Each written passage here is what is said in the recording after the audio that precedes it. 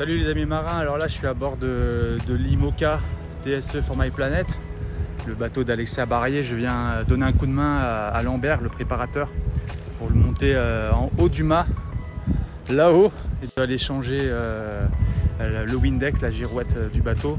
29 mètres à monter, donc ça va me faire les bras.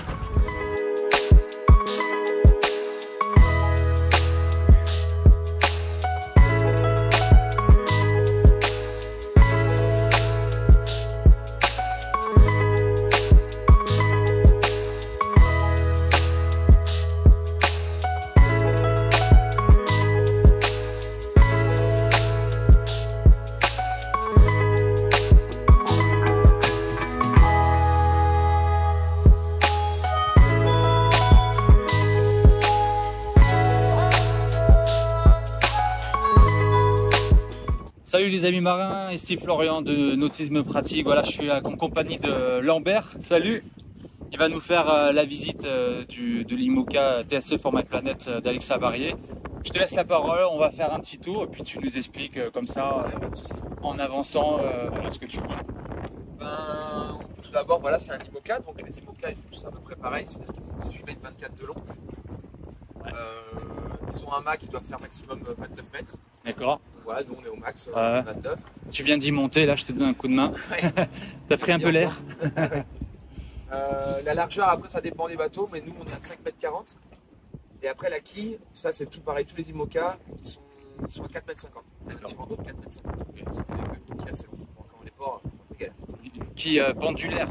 C'est une quille pendulaire, ouais, avec un système hydraulique qui permet de corriger l'assiette du bateau, de la chute. Dans le cockpit, là c'est un peu où tout se passe parce que évidemment en solitaire le but c'est que puisse se démerder seul et que tout revient à faire soi-même. Donc il y a pratiquement là tout ce qu'on peut faire sur le bateau revient ici, on peut le manœuvrer ici. D'accord. Hormis si on met une voile d'avant. Éviter d'aller sur l'avant au maximum. Exactement. Pour les manœuvres. Donc on a nos 4 winches, on a 2 qui sont dirigés par le moulin à café. Voilà, donc là je l'actionne ici de l'autre côté. Si je veux l'envoyer de l'autre côté, je le mets ici, je le fais pas parce que là il y a les amarres.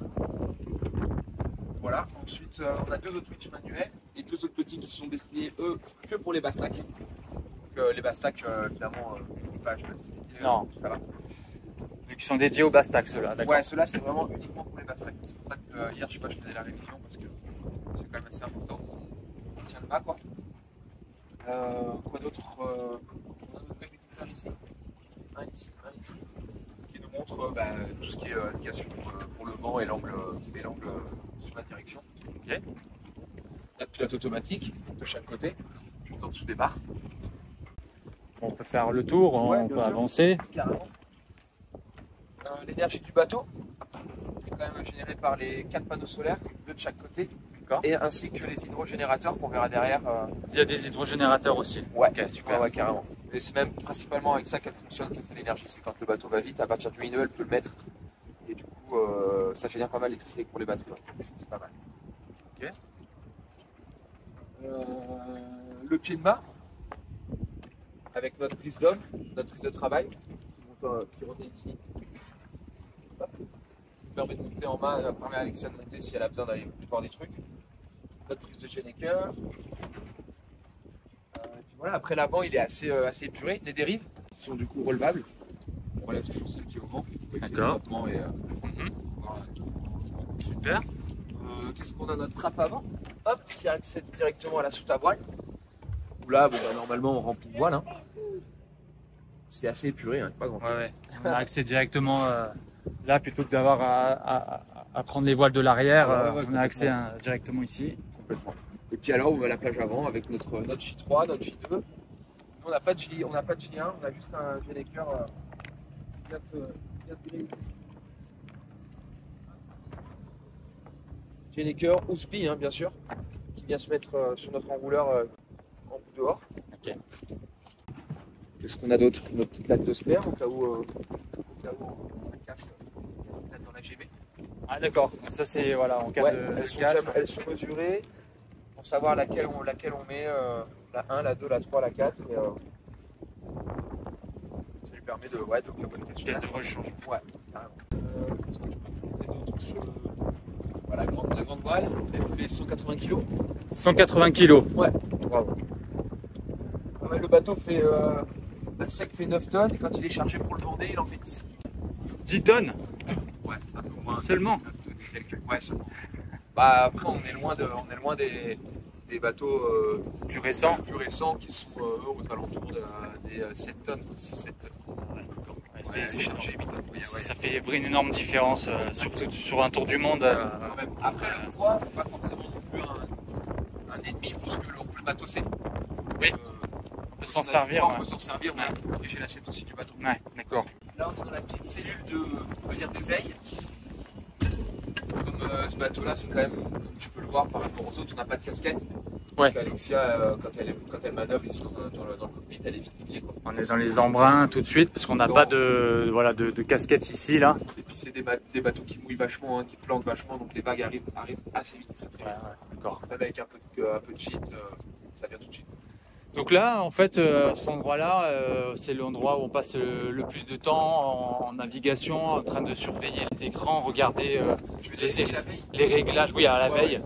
les réglages qu'on peut faire pour optimiser, c'est ici. Ouais, c'est ici. Elle, ça lui fait un petit endroit quand même où elle est un peu moins exposée.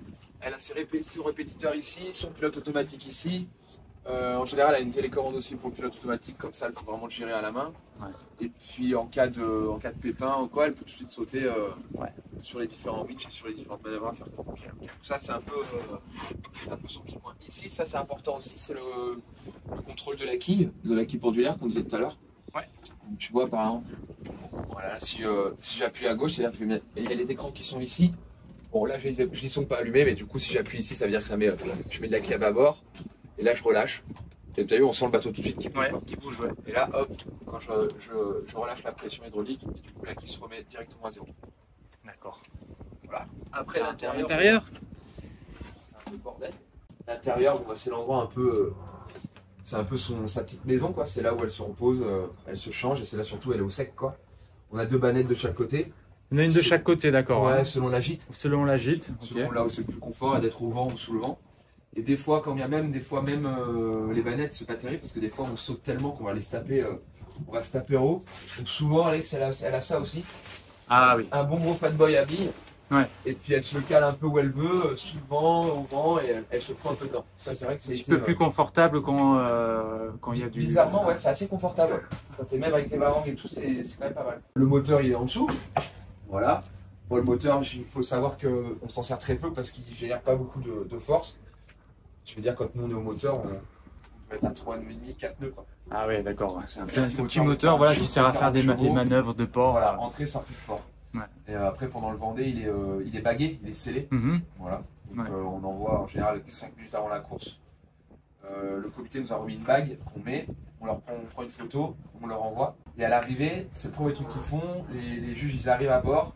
Et ils vont checker directement le moteur, voir si la bague elle est toujours en place. D'accord. Pour savoir s'ils sont servis du moteur ou pas. Est-ce le moteur il peut être démarré pour générer de l'électricité? Alors voilà, il peut être démarré et rester au point mort pour activer par exemple le chauffage ou générer un peu aussi recharger les batteries si les hydrogénateurs et les panneaux solaires n'ont pas assez servi. D'accord. Mais les lisses, elles restent à poste quand même pendant la course? Alors nous, oui. Ouais. Notre bateau, oui. Après, il y a des hélices qui rentrent, quoi. C'est une hélice pliable? Ouais, par contre, elle se plie. Ouais. Voilà, j'imagine. Quand même. Pour avoir moins de friction. De traîner, ouais. Qu'est-ce qu'on a d'autre ici? C'est un peu sa caisse à outils. Normalement, pendant le Vendée, ça s'est plein et on lui a fait à peu près un stock de tout ce qu'il faut pour qu'elle puisse réparer en cas de coup dur. Quoi. Ouais, d'accord, ouais, parce qu'il faut quand même être autonome pour faire un maximum de réparations. Complètement, que ce soit hydraulique, mécanique, électrique, réparer des poutres, des poulies, des voiles. Ouais. Donc c'est un peu, en plus elle est montée, normalement la caisse à outils elle est montée sur un traîneau, ce qui fait qu'elle peut la matosser. Ah, okay, elle peut la mettre de chaque côté quoi. Ouais, d'accord. Et bon là on l'a enlevé le traîneau du coup. Ici on a le coin cuisine. Donc là, la cuisine, elle est où la cuisine là? Bah ça c'est le réchaud. Le réchaud qui est monté sur cardan. Ok. Voilà. Et après tout le reste, tous ces stocks, tous ces sacs que tu vois, c'est toute sa nourriture qu'on a préparée à l'avance en lyophilisé ou en déshydraté. Principalement. Donc elle réchauffe de l'eau, elle se balance ça dedans et puis elle attend 5 minutes et puis elle a sa bouillie qui lui apporte ses énergies, ses calories quoi. Ouais. Mais c'est pas terrible. Ah bah, bouffe, on repassera. Hein. Ah ouais, on attend d'être revenu. C'est pas le resto, ouais. Mais c'est la cambuse, hein, c'est voilà. Ouais, la cambuse qui ont préparé des plats pas mal pour Alexia, ouais, carrément. J'ai vu qu'on a des accès derrière là pour. Ouais. C'est quoi pour le. Alors ici, la barre. Principalement, non, ici, cet accès ici, il n'est pas grand chose ce compartiment, tu peux aller voir, il y a juste le réservoir d'essence. Ok. De gasoil, pardon, qui sont là juste en bas. Ouais. Ils sont là sur ta droite. Et après, dans l'autre trappe, ah oui, tu peux y accéder, mais surtout par cette trappe-là, dans le capot arrière, c'est là où tu as accès en dessous au système de bar et au système du moulin à café sur les winches. Au cas où il y a des problèmes. Et après sur l'avant, on rejoint donc la soute à voile. Ouais, en passant d'abord à gauche, tu as la quille. Tu as le puits de quille qui est là en dessous. Et tu peux voir pour pencher la tête et voir, tu vois la quille directement qui est dans l'eau. Ah d'accord. Ah oui. Voilà. Là, tu as la quille on voit directement. Ouais. Voilà. Ouais, d'accord. Là, tu as ton système hydraulique qui permet de gérer la pression pour les vérins. Ouais, on voit la taille là, du système hydraulique. C'est énorme. Parce que juste la quille et le bulbe, on est, combien ça pèse je vais pas dire bêtise, je crois que c'est 3 tonnes 5 voilà, ou 4 tonnes 5. Partie énorme du poids total du bateau. Ouais, 3,5 ou 4,5. Et là, bah voilà, la soute à voile assez épurée pour le moment. Ok, il y a encore une zone à l'avant là. Ouais, pour, on appelle ça les crash box. Ouais. C'est des zones devant, il y a encore 2 compartiments qui sont complètement isolés et qu'on peut fermer en cas de contact et que au cas où. C'est étanche. Voilà. D'accord, ça fait compartiment étanche. Voilà. D'accord, je vois. En cas de voie d'eau importante. Là, c'est les puits de dérive. Ici et là. Ah oui, les puits de dérive. Ouais. Ici, tu as un système de. On appelle ça le schnorkel. Je ne me demande pas qu'est-ce que ça veut dire. Mais c'est ici où on gère les ballasts. Le bateau, il a des réserves d'eau qu'on peut ballaster. Oui. Selon la gîte, pareil, toujours pour modifier l'assiette et toujours en vue de gagner de la vitesse. Donc là, il y a des ballasts de, je sais plus combien c'est, 300 ou 400 litres d'eau qui sont juste en dessous. C'est juste en dessous là, donc on, Ouais. on va transvaser de l'eau d'un côté à de l'autre suivant le bord. Hein. Exactement. Ok. Bon bah super. On va faire la deuxième partie. Bah, en fait, moi je voulais voir quel est ton travail sur le bateau, comment tu as aidé à préparer le bateau dans l'équipe avec Alexia, tout simplement. Pour la préparation d'avant Vendée Globe, tu veux dire? Oui. Tu sais, on était une petite équipe. Ouais. Donc, petit budget, petite équipe, donc on était un peu touche à tout. Quoi. Après, moi, je me suis pas mal concentré quand on était en Bretagne, donc à Port-la-Forêt. On a posé le mât et j'ai pas mal bossé sur le mât. Ouais. Avec un autre gars, Cocoche, un mec très expérimenté dans ça, qui a fait Préparer beaucoup de un bateaux. monument dans ce genre de boulot. J'ai pas mal appris avec lui, mais ouais, j'étais pas mal basé sur ça, sur tout ce qui était la chimie, tout ce qui était. On a changé tous les lignes, tout le câblage, toutes les bastacs du mât. Puis d'avoir géré les pressions, machin, et un gros job. D'accord, tout le gréement a été remplacé, enfin a été neuf pour le. Ouais. Ouais. Pas forcément tout, on n'a pas changé tous les V1, mais ceux qui étaient vraiment à sec, on les a changés. Mais non, après tous les systèmes d'épissure, les systèmes de poulie, tu vois, ça on a tout changé aussi, tous les dinémas, tous les spectras. Et après, je te dis, voilà, on a touché un peu à tout. Hein, je veux dire, on a tous fait de la peinture. Tu vois, on s'est amusé à faire l'antidérapant du bateau, à faire la peinture.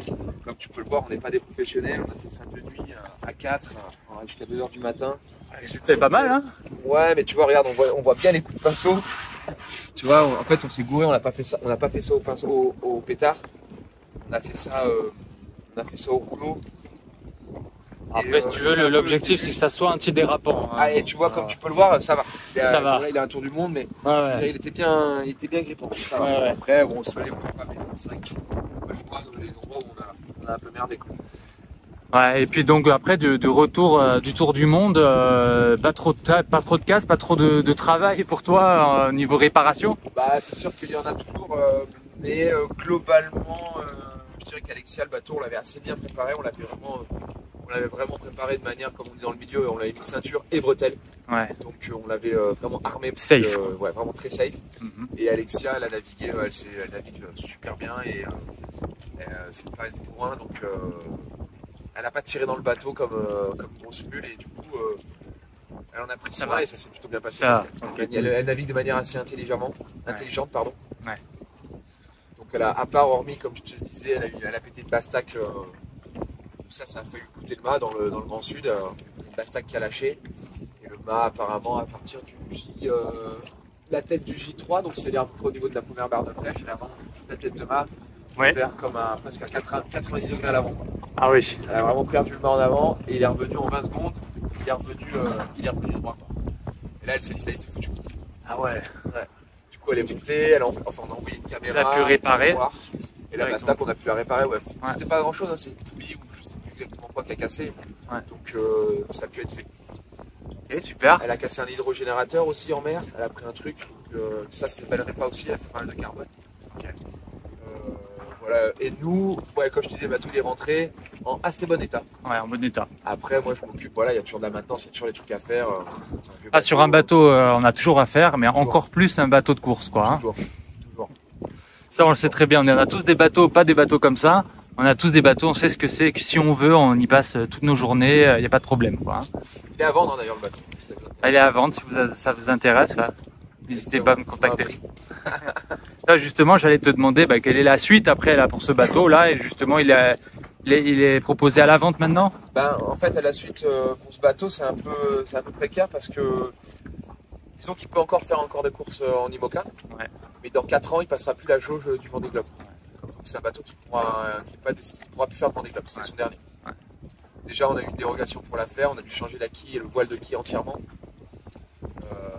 Enfin, le voile de quille, pardon, pas le bulbe. Et c'est une dérogation. Ça a coûté des frais. Et du coup, là, par exemple, il pourrait quand même participer à Transat Jacques Vabre. Ouais, il pourrait faire la Jacques. Ouais. Mais pour l'instant, on ne sait pas trop si ça va être le cas. Ou... Non, en fait, Alexia, c'est sûr, elle est déjà promise à embarquer avec Manu Cousin. Ah oui. Sur le groupe C1. Elle va faire les 3 régates, elle va faire le défi Azimut, elle va faire la Fastnet et la Transat Jacques Vabre. Donc pour l'instant, hormis quelqu'un qui peut peut-être le louer pour faire la Jacques Vabre, c'est possible. Pour l'instant, ce bateau-là, il va pas faire la Jacques Vabre. Ok. Je te remercie, Lambert, pour ton temps. Avec grand plaisir. C'est sympa. À bientôt. Merci.